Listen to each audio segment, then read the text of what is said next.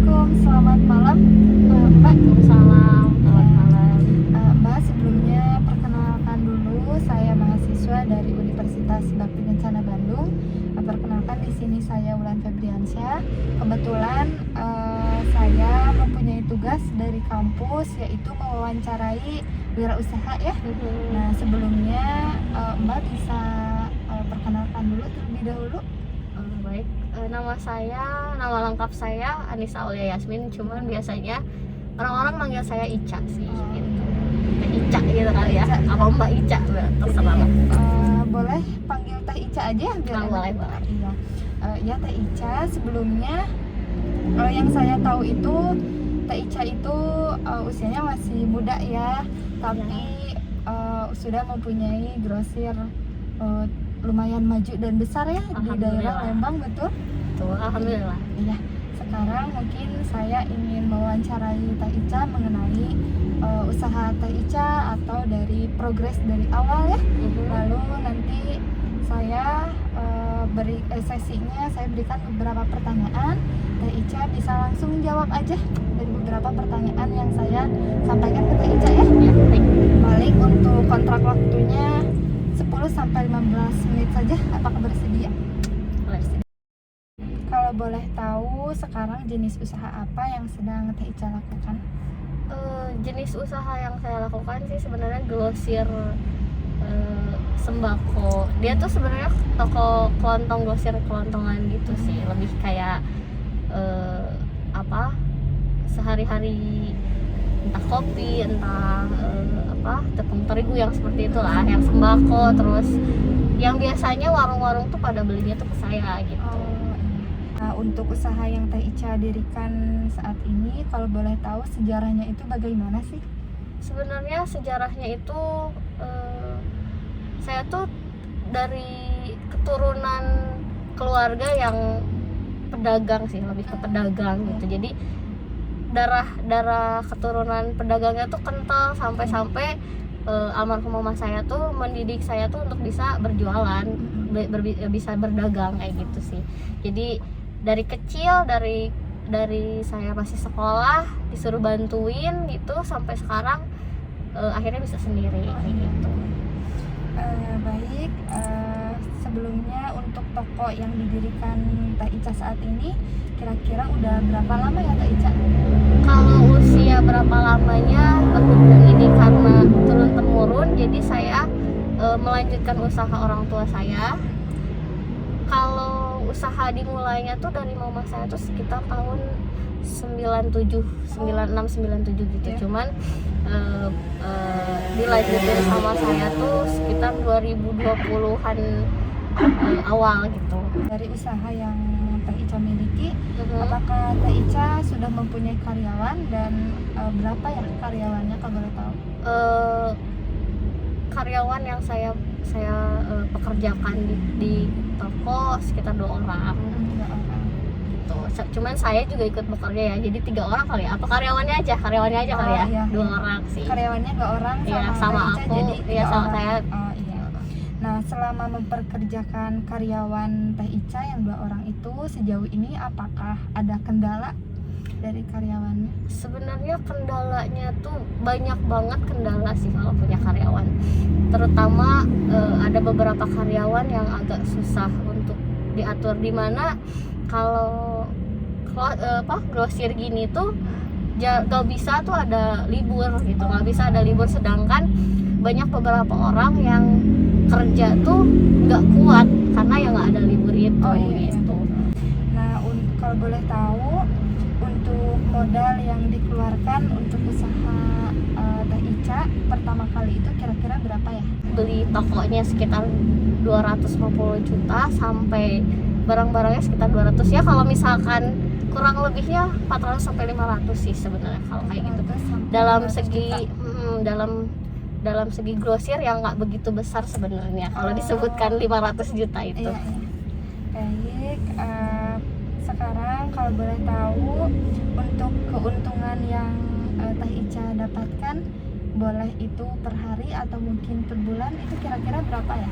Kalau grosir sih nggak bisa dipatok, saya dapatnya berapa. Cuman kalau diambil bulatnya, Iya. biasanya dari total penghasilan saya cuman hitung 6% dari total penghasilan. Misalkan saya dapat satu hari 25 juta dikali 6%-nya. Nah, itulah keuntungan yang saya dapatkan dalam satu hari kayak gitu.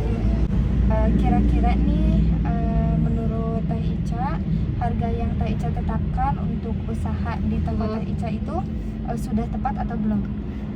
Kalau tepat atau belumnya, sebenarnya kalau grosir itu dia persaingannya ketat, dimana orang tuh saling masang harga yang murah. Iya. Cuman sampai saat ini ada beberapa pelanggan yang tetap beli sama saya. Saya kira harga yang sudah ditetapkan sudah benar gitu, tepat, cuman sudah tepat. Cuman persaingan persaingan jualan di grosir tuh memang saling mencari yang termurah sih, gitu. Memasang harga yang paling murah biasanya. Nah, baik Teh Ica, untuk selanjutnya menurut Teh Ica apa keunggulannya dari harga kunci dalam persaingan di toko Teh Ica? Teh Ica misalnya pasang harga segitu, keunggulannya dengan toko yang lain itu apa? Kalau keunggulan tuh pasti orang tuh akan lebih biasanya harga murah tuh akan dikejar sama beberapa orang.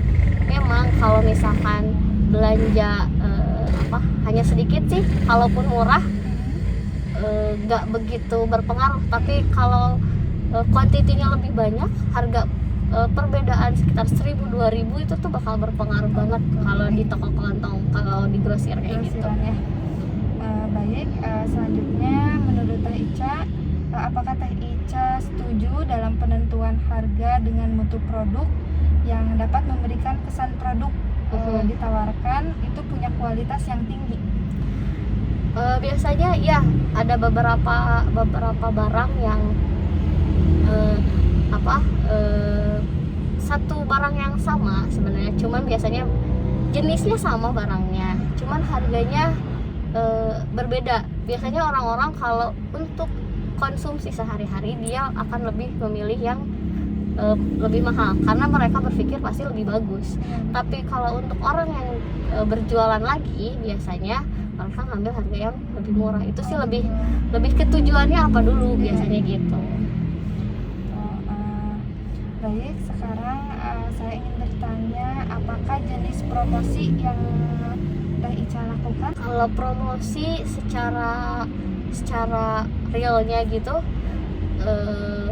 saya sih promosi itu lebih ke, kalau di grosir tuh ada sistem setiap 1 tahun sekali itu ada THR, dimana kalau misalkan THR yang kita kasih sama orang-orang pelanggan yang kita kasih itu bagus, biasanya yang lain tuh akan ketarik, pelanggan toko lain tuh akan ketarik karena tahu hadiah THR yang kita kasih itu lebih bagus, biasanya kayak gitu. Jadi jenis promosinya itu salah satunya ketika Teh Ica memberikan THR. Gitu. Nah, baik Teh Ica, untuk karyawannya nih yang Teh Ica miliki, apakah karyawan itu mempunyai keahlian sesuai dengan usaha Teh Ica sekarang? Karyawan di toko Lebih ke harus kesit sama teliti sih, jadi ya udah sesuai. Nah, sebelumnya apakah Teh Ica itu melakukan penyeleksian terhadap penerimaan karyawan sebelumnya? Oh iya pasti, dimana kalau karyawan saya lihat dari penampilan dulu sih, sama biasanya udah pernah kerja di mana aja gitu, Pengalaman kerjanya. Nah, terus apakah Teh Ica itu melakukan perhitungan analis modal untuk usaha Teh Ica? Sebenarnya enggak sih, saya belum sebegitu sampai menganalisa kayak gitu. Nah, selanjutnya apakah Teh Ica menerapkan visi dan misi dalam usaha Teh Ica untuk meraih tujuan atau goals ya?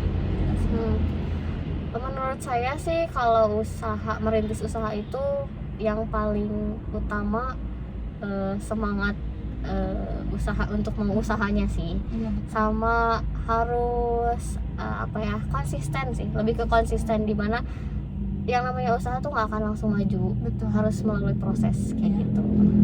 Nah, Teh Ica, selanjutnya jika ada permasalahan, hal-hal yang membutuhkan pengambilan keputusan, biasanya itu Teh Ica melakukan secara individu atau diskusi dengan karyawan atau dengan keluarga atau bagaimana? Biasanya kalau ada kesalahan, biasanya saya diskusi dulu sih sama karyawannya. Ya. Baik, Teh Ica, untuk selanjutnya bagaimana pembagian kerja karyawan Teh Ica?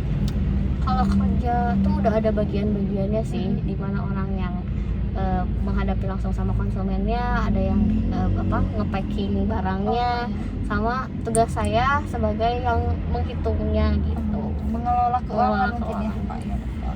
Nah, untuk penetapan gajinya Teh Ica kalau boleh tahu itu bagaimana ya untuk karyawan? Kalau gajinya saya patok 50.000 satu hari, tapi makan sama rokok saya kasih gitu. Karena kan yang kerjanya cowok, jadi laki-laki, jadi saya kasih jatah rokok sama makan plus 50.000 per hari gitu.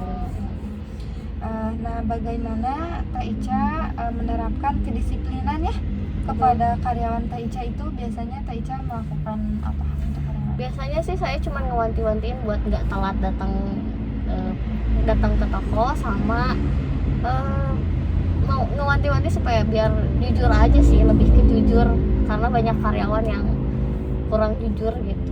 Baik. Nah, selanjutnya Teh Ica, apakah Teh Ica menerapkan sistem kerjasama atau kekompakan dalam usaha Teh Ica dengan karyawan?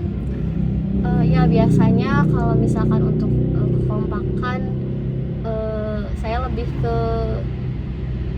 lebih ke sharing aja sih, jangan sampai ada yang saling bete-betean gitu, saling berantem diem-dieman kayak gitu sih. Jadi harus menerapkan kerjasama satu sama lain ya. Gitu. Nah, Teh Ica, apakah Teh Ica itu memberikan bonus seperti insentif kepada karyawan? Oh iya pasti. Pasti. Setiap biasanya kalau nggak akhir tahun, Idul Fitri sama Idul Adha. Iya. Nah, Teh Ica, untuk kepemimpinan biasanya Teh Ica atau ada peran lain juga yang membantu, misalnya keluarga atau orang tua Teh Ica? Lebih ke orang tua kayaknya. Soalnya saya juga masih belum di usia yang matang kali ya, masih muda banget gitu. Ya. Baik, Teh Ica, bagaimana Teh Ica menciptakan kondisi kerja yang aman, nyaman, dan baik untuk karyawan Teh Ica? Kalau kondisi kayak gitu sih saya lebih banyak ke sharing aja sih, banyak cerita aja gitu. Biar menciptakan kondisinya yang nyaman satu sama lain gitu. ya. Bisa saling terbuka aja. Ya, nah, selanjutnya bagaimana menurut Teh Ica, apakah sikap bijaksana dan adil dalam kepemimpinan itu penting?